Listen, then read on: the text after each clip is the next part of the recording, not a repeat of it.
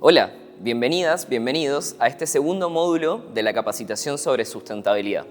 Hoy vamos a estar hablando de acción climática corporativa y de la gestión del carbono.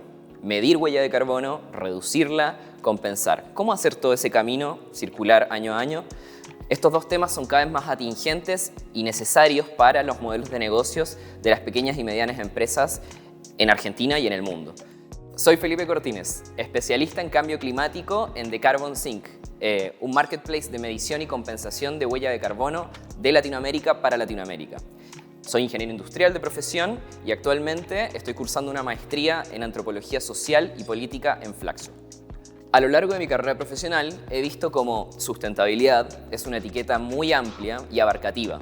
Y sin embargo, a grandes rasgos, si hablamos de procesos, productos o servicios sustentables, estamos hablando de los que van más allá de la rentabilidad económica y consideran también a la par otras dimensiones, como el impacto social y el impacto ambiental positivo de los proyectos.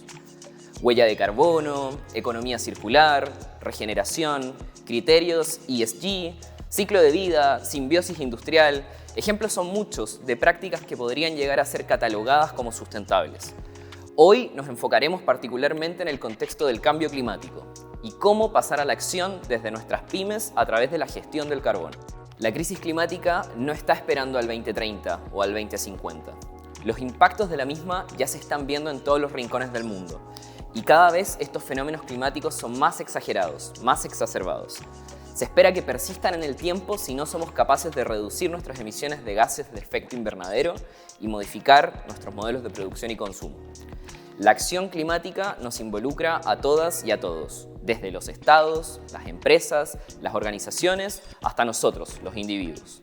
Las primeras semanas de junio del 2023, Canadá fue azotado por la peor temporada de incendios de su historia.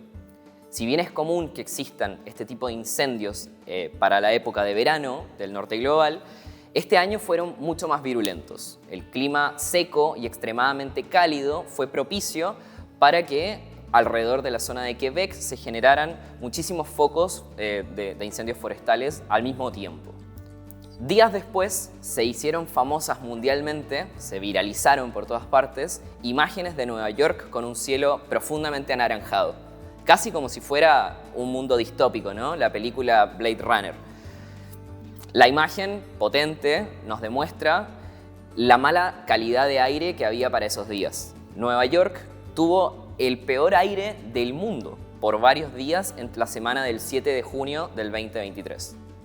Me encantaría decirles que este es un caso aislado, pero la verdad es que ejemplos de fenómenos climáticos exagerados hay muchos y cada vez peores. Un año antes, en Pakistán, se vivieron las peores inundaciones del país también en su historia. En solo 3 días llovió lo equivalente a todo un año.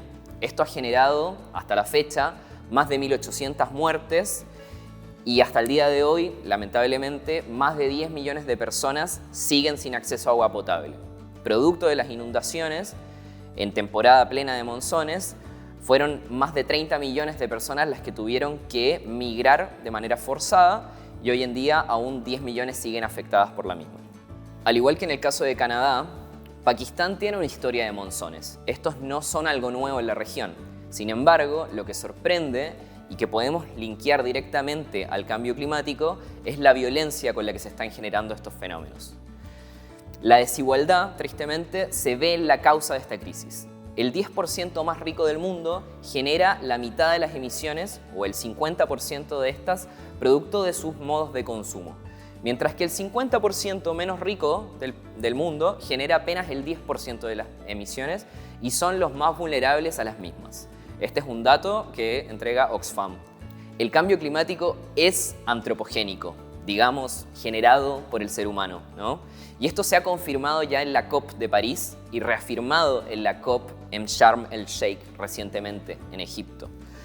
La COP, o Conferencia de las Partes, es la reunión más importante climática del mundo, donde todos los países de las Naciones Unidas se reúnen año a año a revisar la información más actualizada de temas climáticos. En particular, los informes del IPCC. IPCC es el Panel Intergubernamental de Cambio Climático, donde más de 1.400 científicos, los más reconocidos del mundo, se juntan año a año para actualizar cuál es la situación del cambio climático. En base a este trabajo y a negociaciones políticas muy complejas, se van definiendo y actualizando metas climáticas que bajan desde los estados hacia las empresas y a nosotros los individuos. Un concepto que se ha ganado mala fama últimamente es el del efecto invernadero, en particular los gases de efecto invernadero, ¿no?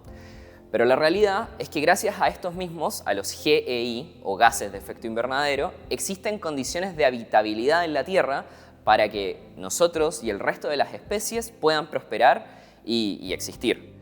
Sin embargo, desde la revolución industrial en adelante, el ser humano, producto de nuestros modelos de producción y consumo, ha generado gases de efecto invernadero extra que lentamente han comenzado a alojarse en nuestra atmósfera, aumentando este efecto radiativo en la atmósfera y aumentando, en consecuencia, la temperatura superficial de la Tierra.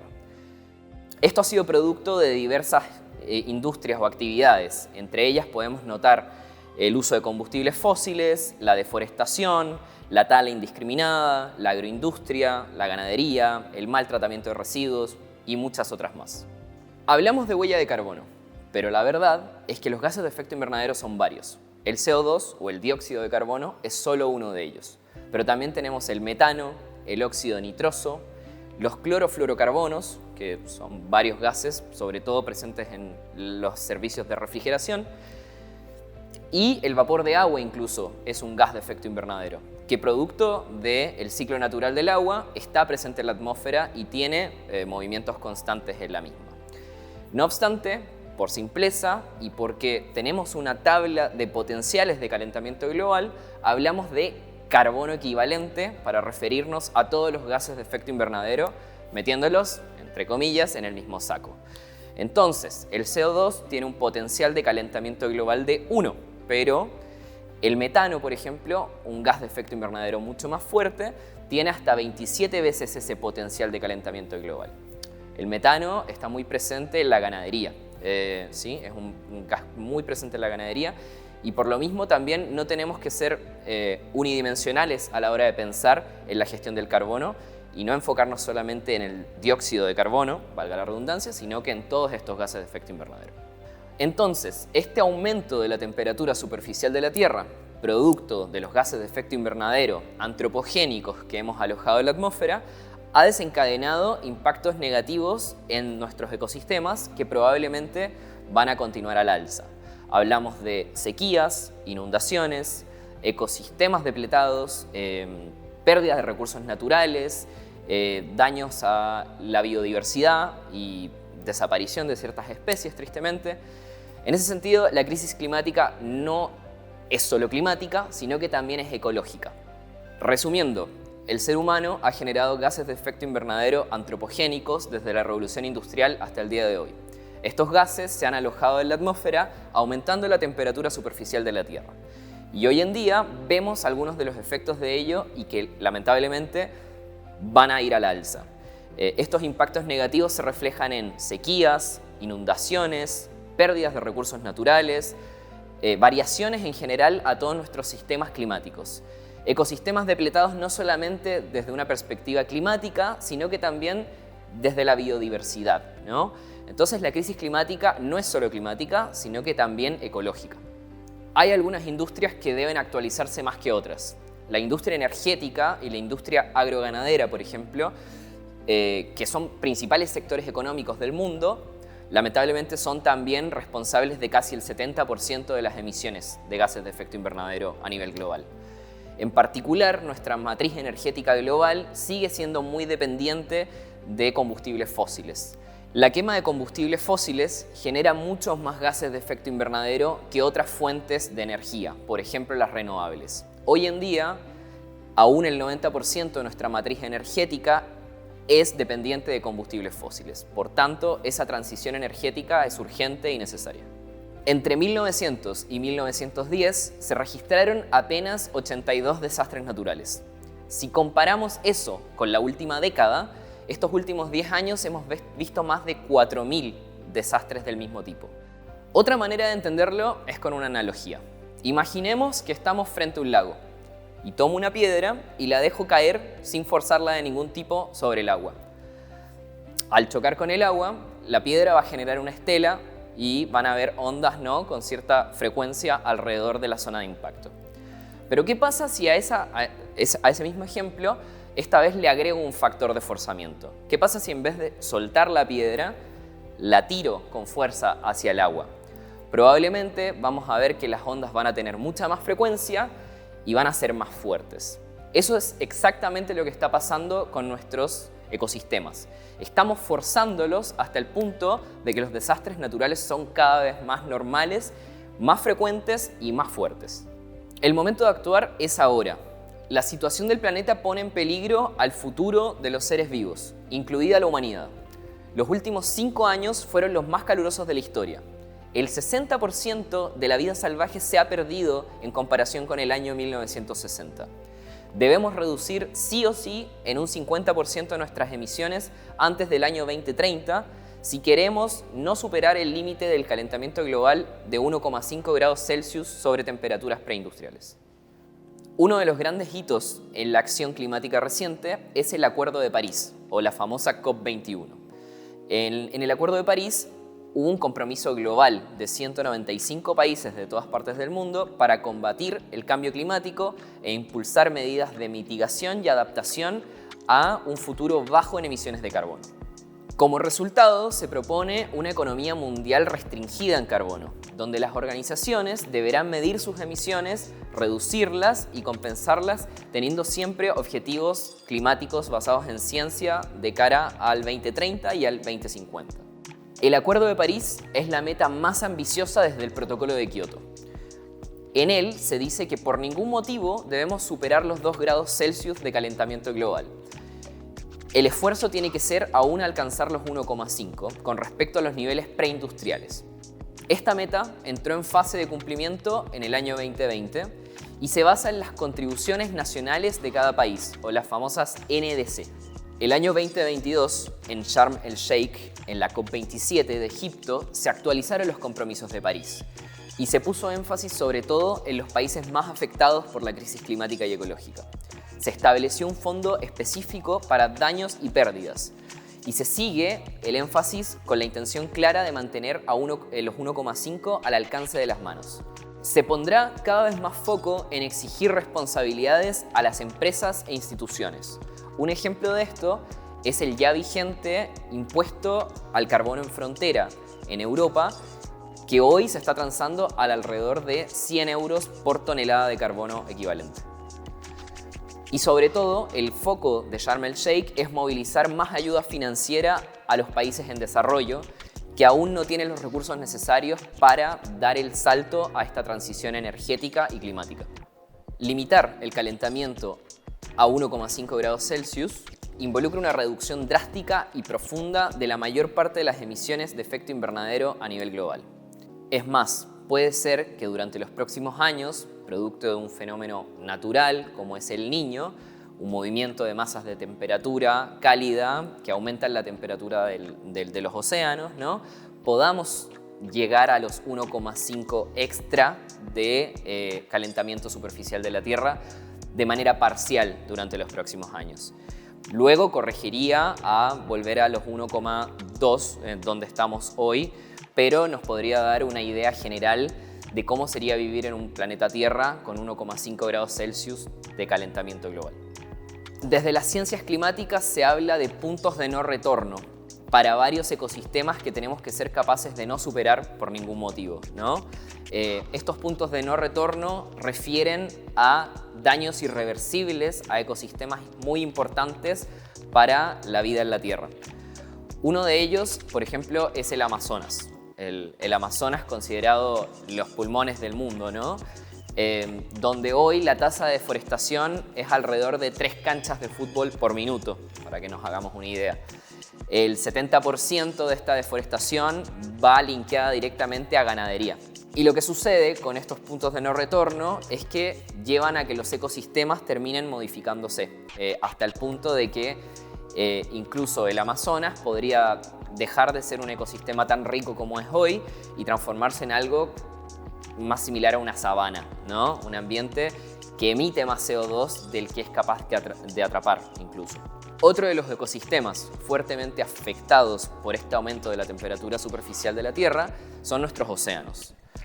Producto de este aumento de la temperatura, se hace inhóspito para muchas especies, se acidifican las aguas, lo que hace que proliferen algunos tipos de algas más que otras, y hace que las condiciones sean peores, por ejemplo, para los corales, fuentes de muchísimo oxígeno del que respiramos, ¿no? Entonces, al morir los corales se pone en peligro también a toda la fauna a su alrededor y se pone en peligro en general la cadena alimenticia de nuestros océanos, que también deviene directamente en el ser humano y en otras especies terrestres. Peor aún, vemos algunos bucles de retroalimentación positiva, que de positiva no tienen nada. Un ejemplo de ellos es el permafrost, ¿no? El permafrost, como el nombre dice, es un permanent frost o un hielo que se esperaba que fuese permanentemente congelado en el norte global, lo que conocemos como Siberia o el norte de Canadá, Alaska, etc. Este carbono eterno, carbono congelado, debajo, materia viva, materia orgánica debajo del hielo, se está lentamente derritiendo y está soltando un burbujeo que podemos aquejar a gases de efecto invernadero que se sueltan a la atmósfera. Entonces ahí vemos un ciclo de retroalimentación positivo. ¿Qué es lo que pasa? Aumentan las temperaturas superficiales, se derrite más permafrost, al derretirse más permafrost se sueltan más gases de efecto invernadero que se alojan en la atmósfera, aumentan la temperatura, derriten más permafrost y así. Los puntos de no retorno son varios, pero quizás vale la pena destacar en este caso la conservación de nuestros glaciares. Los glaciares son las reservas de agua dulce más importantes que tenemos hoy día en la Tierra y como tales debemos evitar a toda costa su derretimiento, dado que de derretirse ampliarían o aumentarían el volumen del nivel del mar, afectando a zonas costeras, como la ciudad de Buenos Aires, por ejemplo, aumentando inundaciones. Y también perderíamos estas fuentes de agua dulce tan importantes para la vida de la Tierra. De todas formas, tenemos algunas razones para estar optimistas. El cambio viene lento, pero aún es posible. El petróleo, por ejemplo, es cada vez menos importante para el Producto Bruto Interno. Las energías renovables son una función exponencial. Si bien representaban apenas un 2% de la matriz energética a principios del siglo XXI, hoy están en cerca de un 14% y esperamos que estas alcancen un pic dentro de los próximos años. Las emisiones de CO2 per cápita ya alcanzaron su límite y han bajado lentamente hasta la fecha, alrededor de un 5%. Hay ejemplos, en el Reino Unido por ejemplo, de que las emisiones y la economía pueden desacoplarse. Dicho de otra manera, podemos reducir nuestras emisiones de gases de efecto invernadero y al mismo tiempo mantener un desarrollo económico acorde. Entonces, ¿qué podemos hacer las pymes al respecto del cambio climático? Apuntar hacia la neutralidad de carbono. Medir como un primer paso, dado que lo que no medimos no somos capaces de gestionarlo, armando un inventario de gases de efecto invernadero de nuestras empresas u organizaciones. Reducir las emisiones a lo largo de todo el ciclo de vida, dígase a lo largo de toda la cadena de valor de nuestro producto o servicio, y compensar o neutralizar solo el remanente, lo que no somos capaces de reducir.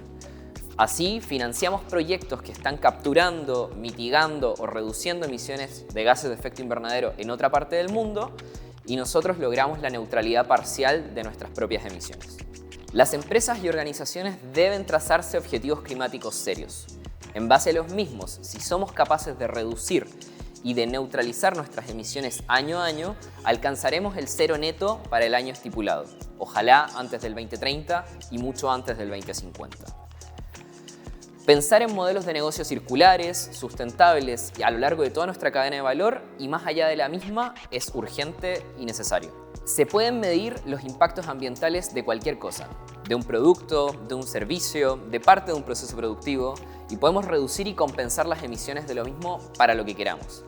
Las empresas y su funcionamiento, medir y compensar eventos o congresos, productos y bienes, incluso nuestras huellas individuales como consumidores. Los objetivos de cero neto o de net zero actualmente comprometidos, sea en las COP o bien voluntariamente por las empresas, abarcan cerca de un 80% de la población global y más de un 90% del PBI mundial. El desafío es titánico, pero si cada uno de nosotros se enfoca en sus propias emisiones, es posible. Las emisiones de algunas industrias o de algunos actores globales son incluso más grandes que las huellas de países enteros. Entonces, para nuestras pymes, ¿por qué deberíamos ir hacia la carbono neutralidad? Oportunidades hay varias: acceso a financiamiento, beneficios o estímulos económicos, adelantarnos a posibles regulaciones o normativas, algo que si bien hoy en Latinoamérica sigue siendo voluntario, en Europa ya lo vemos como regulado, la capacidad de acceder y mantener mercados, dadas las exigencias cada vez más fuertes de parte de clientes para con sus proveedores, construir reputación y confianza, básicamente estar del lado correcto de la historia, ¿no? Y ser una empresa comprometida en disminuir nuestras emisiones. Por otro lado, vemos el aumento de ciertas amenazas a nuestros modelos de negocios.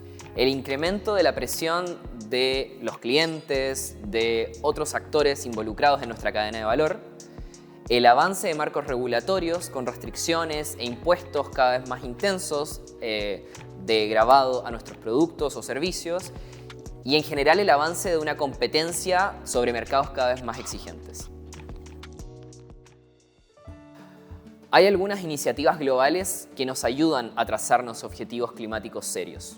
Una de ellas es SBTI, o Science Based Targets Initiative, por sus siglas en inglés, Objetivos Basados en Ciencia, pero también está el compromiso hecho por Net Zero de Sistema B o Race to Zero de las Naciones Unidas.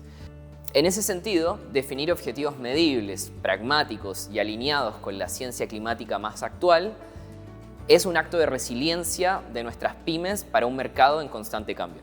La primera etapa es medir. Para hacer un inventario de gases de efecto invernadero o medir la huella de carbono, podemos separar las emisiones en alcances. Alcance 1, alcance 2 y alcance 3. El alcance 1, o las emisiones directas, apuntan a, como el nombre dice, todas las fuentes que son controladas, dígase directas por mi organización o empresa. Vehículos propios, motores, calefactores, cualquier cosa que tenga poder y que sea de mi propiedad como empresa.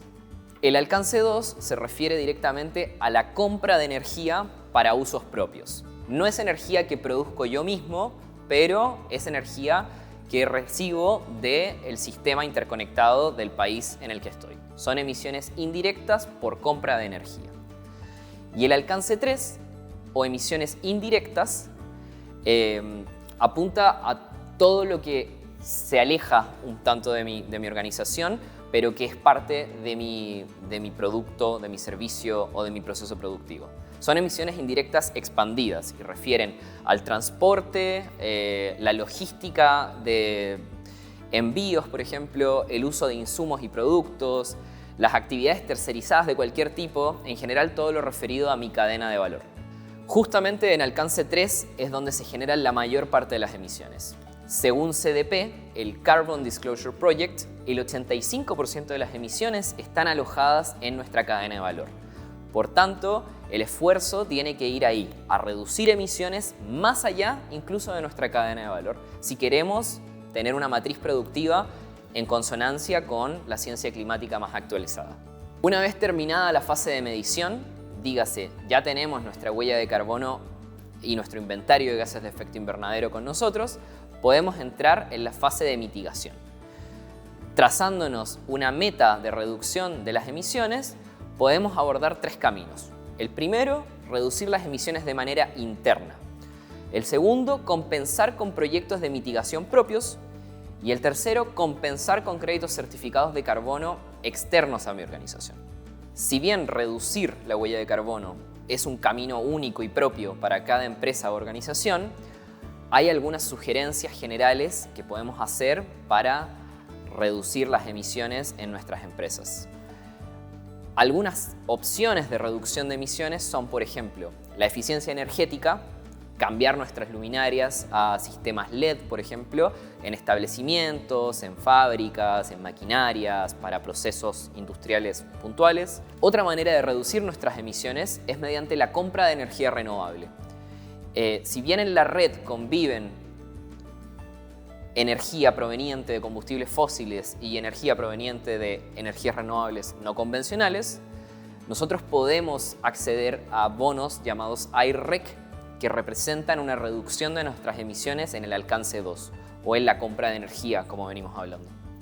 Hacer gestión de residuos efectiva, tratar los residuos sólidos mediante procesos de reciclado, compostaje, incineración u otros, y de los efluentes líquidos, sea mediante biodigestores o aeradores, etc.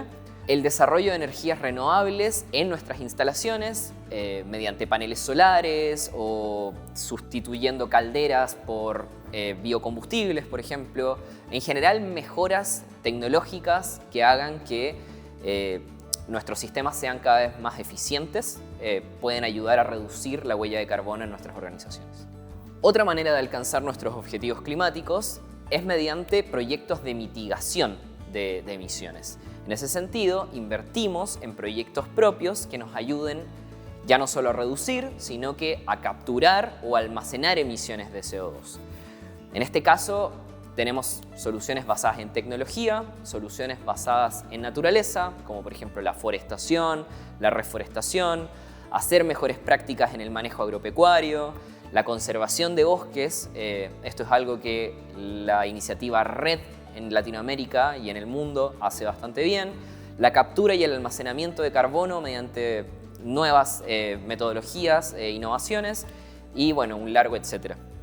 Finalmente, después de haber reducido todo lo que fuimos capaces de reducir, si queremos alcanzar la carbono neutralidad, podemos acceder a los mercados de carbono para neutralizar o compensar el remanente de las emisiones que quedaron sobrando del proceso de reducción. Si bien en Latinoamérica existen muchos mercados regulados de carbono y cada uno tiene su propia tipología, sus propias maneras de funcionar, ejemplos interesantes de esto es lo que pasa en Colombia, donde hay un impuesto rígido al carbono, o el mercado regulado argentino o chileno, por ejemplo. Cada uno es su propio mundo y apuntan sobre todo a los grandes contaminantes, a los grandes polutores. Por lo mismo, para el caso de las pymes, si queremos acceder a la carbono neutralidad, debemos ir al mercado voluntario de carbono. Este espacio, como el nombre lo dice, es voluntario en cuanto las empresas no están obligadas a hacerlo, pero es un muy buen camino para demostrar un compromiso y para hacerles saber a sus clientes o a sus proveedores, en general a cualquier actor con el cual trabajamos, del compromiso climático que tenemos desde nuestras propias organizaciones. Los mercados voluntarios tienen una larga data, nacieron a principios de los 2000, provenientes del marco del CDM, el Mecanismo de Desarrollo Limpio de las Naciones Unidas, del Área de Cambio Climático de las Naciones Unidas. Sin embargo, existieron un par de malas prácticas a principios del sistema y si bien CDM aún sigue existiendo, hoy en día hay dos marcos o dos registros muy famosos globalmente. Uno es Verra, con su Verified Carbon Standard o estándar verificado de carbono, y el otro es el Gold Standard, que tiene el estándar que lleva el mismo nombre, Gold Standard. Entre ambos registros consolidan cerca del 90% de los proyectos de carbono del mercado voluntario a nivel global. Y en el mercado voluntario de carbono podemos encontrar proyectos de todo tipo, proyectos basados en tecnología, proyectos basados en naturaleza, pero la lógica en la práctica es siempre la misma. Una tonelada de CO2 equivalente capturada o mitigada en el pasado corresponderá a un crédito de carbono que puede ser comercializado en este mercado voluntario. Así, un crédito de carbono corresponde a una tonelada que fue evitada o eliminada en la atmósfera y, bueno, estos créditos son comercializables, pero pueden ser comercializados solo una vez, ¿no? No son un bien transable en el mercado, sino que se generan y van a un destinatario final, a un consumidor final que los compra para demostrar que se hizo cargo de ese remanente de emisiones que no fueron capaces de reducir en un principio. El mercado voluntario de carbono es una herramienta esencial para la transferencia de financiamiento climático hacia proyectos que lo están haciendo bien, hacia proyectos que están capturando, mitigando o reduciendo emisiones, y como tal se ha ido desarrollando con el correr del tiempo, está cada vez más íntegro y más transparente. Sin duda hay un montón de cosas que pueden mejorar, pero por lo mismo, y con foco en nuestras pymes, hay algunos factores en los que debemos pensar a la hora de fijarnos en comprar créditos de carbono. Primero, y por supuesto, por evidente que parezca, garantizar que el proyecto es real, que el proyecto se trazó una línea base de emisiones y que estas son medibles. Esta es quizás una de las grandes diferencias de un proyecto de carbono del mercado voluntario, o sea, comprar un crédito certificado de carbono, con la acción de responsabilidad social empresarial de plantar árboles, comillas. Porque a diferencia de esta segunda, el crédito de carbono garantiza que el carbono se capturó en el pasado. Y con nuestra inversión lo que estamos haciendo es financiar el proyecto de cara al futuro para que este se mantenga, se sostenga en el tiempo y se pueda seguir capturando más carbono. Otro punto clave es que el proyecto sea verificado, sea por un auditor, una tercera parte que garantice que se siguió la metodología adecuadamente y que se escogieron con criterio todos los factores que entran en juego a la hora de trazar una línea base y identificar el potencial de mitigación o de captura anual de un proyecto de carbono. Por último, y no deja de ser importante, garantizar que el proyecto es único, vale decir que no hay una doble contabilidad de mi crédito, que el crédito tiene un certificado detrás, un código ID específico y único para mi proyecto y para mi compensación. Así, mediante la compra de créditos de carbono, garantizamos un impacto socioambiental positivo, no solamente para nuestras organizaciones, sino que también para las comunidades involucradas en estos mismos proyectos. En conclusión, declarar la carbono neutralidad es un asunto de responsabilidad. Medir, reducir, compensar o neutralizar nuestras emisiones es un proceso iterativo en el tiempo. No sucede solo una vez, sino de que desde que lo hacemos tenemos que incorporarlo año a año en nuestras programaciones. Ahora bien, si declaramos carbono neutralidad, pero no nos hacemos cargo efectivamente de cumplir con este proceso, estamos cayendo finalmente en un acto de greenwashing o de lavado de imagen verde. Para evitar esto, sugiero algunos puntos. Los objetivos de carbono neutralidad no van a tener sentido a menos que estén basados en ciencia y que estén avalados en un plan de acción estratégico de reducción de emisiones. En esta era de desinformación, llamémosla así, es fácil perder la confianza en los consumidores e incurrir en riesgos reputacionales si es que declaramos hacer algo, pero la realidad es que no lo estamos haciendo de la manera adecuada. Los clientes están cada vez más concientizados, por lo tanto, saben distinguir entre una acción climática seria y un lavado de imagen verde o greenwashing. Estar del lado correcto de la historia es hacer buenos negocios. Hagámonos cargo de nuestras emisiones, midamos, reduzcamos, compensemos y alcancemos la carbono neutralidad no para el 2030, no para el 2050, sino que ojalá antes. En ese sentido, una estrategia climática adecuada, bien comunicada, puede no solamente mantener a nuestros clientes, sino que atraer a nuevos. En el sitio thecarbonsync.com van a poder encontrar diversos calculadores de huella de carbono para distintas actividades. Por ejemplo, podríamos medir nuestra huella como individuos, caracterizando cuál es nuestra manera de consumir a lo largo de un año de corrido. Vamos a poder medir la huella de un evento o de un vuelo puntual, un vuelo comercial o los vuelos ejecutivos de una empresa, por ejemplo, a lo largo de un año. En particular, ahora vamos a ver un ejemplo de cómo medir la huella de carbono corporativa. En este caso, para una pyme, una empresa pequeña de servicios que no cuenta con proceso productivo. Podemos pensar en una consultora o una empresa de tecnología que trabaja únicamente, en oficina o de manera remota como teletrabajo. La calculadora es completamente gratuita y está basada en el protocolo GHG, el Greenhouse Gas Protocol, que rige mediciones de huella de carbono hace ya varios años a nivel global. Inicialmente nos vamos a encontrar con un recuadro que nos va a comentar sobre la información que deberíamos tener a mano antes de comenzar a medir la huella para poder llegar a un resultado final coherente. Vamos a encontrar información concerniente a la misma medición. No debiese tardar más de 15 a 20 minutos si es que ya tenemos la información y es por primera vez que lo estamos haciendo. Y es muy importante determinar el periodo de medición para el cual mediremos. Puede ser el año calendario o puede ser también un año fiscal, pero es importante que recorra los 12 meses, digamos, del año en cuestión. Entonces, si vamos a medir la huella, vamos a hacer un pequeño ejemplo de cómo podría verse esta medición para una pyme.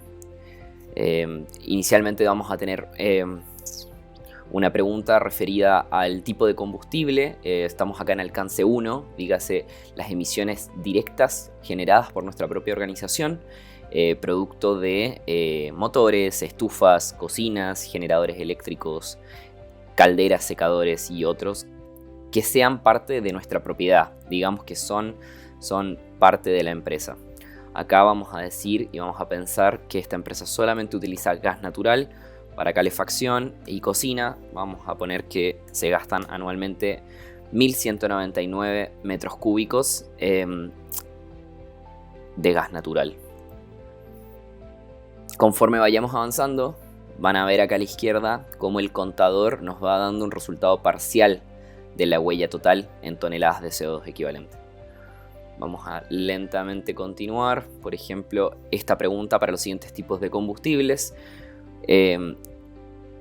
y en particular para vehículos propios que circulan dentro y fuera de los límites de la empresa. Vamos a decir que no tenemos autos o vehículos propios, por lo que podríamos o bien responder 0 o dejar sencillamente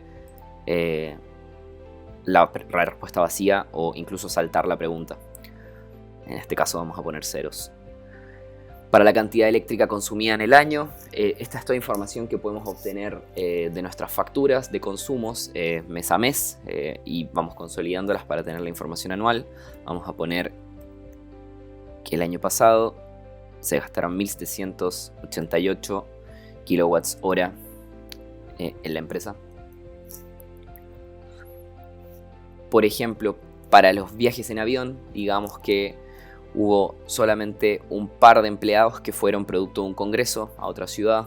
En este caso, la información que tenemos es de 10.842 kilómetros recorridos. Tenemos que considerar siempre los viajes desde y hacia, o sea, ida y vuelta, para cada uno de los pasajeros de manera individual. Ya hay una diferenciación entre clase económica y clase ejecutiva, dado que los factores de emisión, producto de los servicios que se entregan en cada una de estas clases, es distinto y por tanto el ponderador también lo será. Vamos a darle confirmar y vamos a seguir con los kilómetros recorridos el año pasado por nuestros empleados. Acá tenemos, digamos, múltiples opciones de transporte. Esto lo podemos obtener a través de encuestas internas que hagamos a nuestros colaboradores o de sistemas de gestión. Vamos a decir que en este caso la empresa tuvo 3.600 kilómetros recorridos en auto y solo 90 en tren. Ahora bien, para los viajes desde los empleados desde el hogar al trabajo se diversifica sin duda un tanto la respuesta, ¿no? Vamos a decir que fueron 300 kilómetros recorridos en autobús, bondi, colectivo, como lo conozcan, como le digan.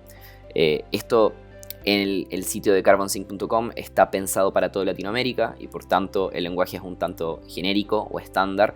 En thecarbonsync.com/ar van a encontrar información y precios también de créditos para compensar emisiones en pesos argentinos, que puede ser de interés para las pymes a la hora de neutralizar sus impactos. Vamos a decir que en este caso se recorrieron 300 kilómetros en autobús, 3.600 en automóvil. Esto es un ejemplo. Si bien, como sabemos, la bicicleta no emite emisiones, lo vamos a escribir igual porque es importante tener un seguimiento o una trazabilidad del cómo se mueven los empleados desde y hacia el hogar.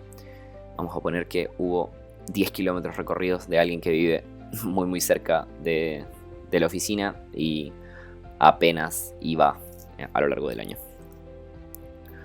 Luego vamos a pasar a los consumos, en particular la cantidad de papel estimado de kilogramos de papel. Acá buscamos ser lo más precisos posibles, ¿no?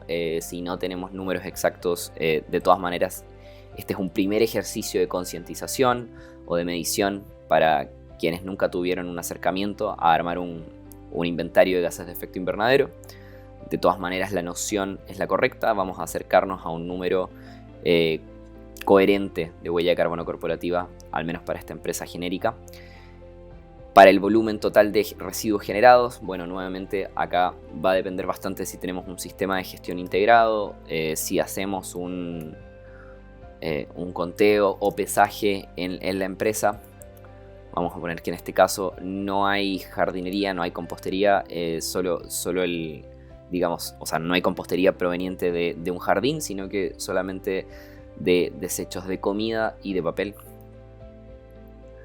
Esta es una incorporación reciente que hicimos al calculador. Si bien el protocolo GHG no considera el home office, nosotros nos basamos en una metodología alternativa. Creemos que es importante realzar y aclarar que también hay impactos pese a que trabajemos desde casa.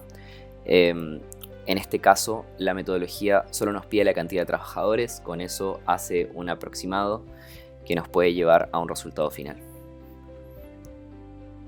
Vamos a decir que en este caso la empresa, cometió un error. Vamos a volver y decir que son 20 los trabajadores que realizan home office y que lo hacen 4 de los 5 días de la semana. Dígase, solo un día a la semana, en promedio, van a la oficina.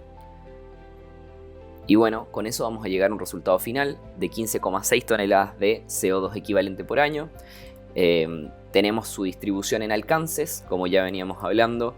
Cada uno refleja de dónde vienen las emisiones, si son emisiones directas o de alcance 1, emisiones indirectas por compra de energía, digamos, conectarse al sistema interconectado local.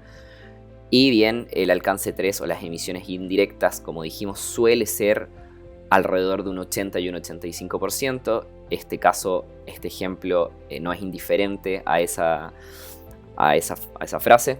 Tenemos una alta mayoría de impactos provenientes del alcance 3. Y para quienes por primera vez se meten en esta temática, bueno, ecoequivalencias. Las ecoequivalencias nos permiten entender de mejor forma a qué nos referimos con 15,6 toneladas de CO2 equivalente por año. Bueno, eso podría ser algo similar a talar 12 algarrobos en un año. El algarrobo es un árbol nativo que tomamos para hacer una equivalencia más cercana al territorio. Casi 130.000 kilómetros recorridos en un auto mediano o 30 vuelos de ida y vuelta entre las ciudades de Buenos Aires y San Pablo. Finalmente, si queremos guardar estos resultados, podemos poner nuestro correo. Acá voy a poner el mío. Es muy importante que presionen enviar. Con eso van a recibir los resultados en su casilla de correo y los van a tener disponibles siempre. Y bueno, después pueden tomar la decisión de compensar la huella, sea por el marketplace o por fuera, o bien comenzar de nuevo y medir otro tipo de emisiones. La crisis climática y ecológica es urgente y nos involucra a todos. Seamos parte del cambio. Bueno, de esta manera llegamos al fin de esta capacitación sobre cambio climático y gestión del carbono. Estuvimos hablando de varias cosas, hablamos sobre qué es cambio climático, cuál es el contexto sociopolítico del mismo, de dónde provienen las emisiones de carbono, cómo podemos reducirlas, cómo podemos llevar este desafío a nuestras pymes. Vimos un ejemplo práctico también de cómo usar una calculadora de huella de carbono en el sitio de Carbon Sync.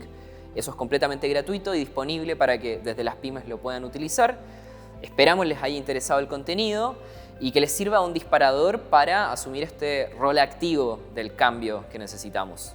Muchas gracias y hasta el próximo encuentro.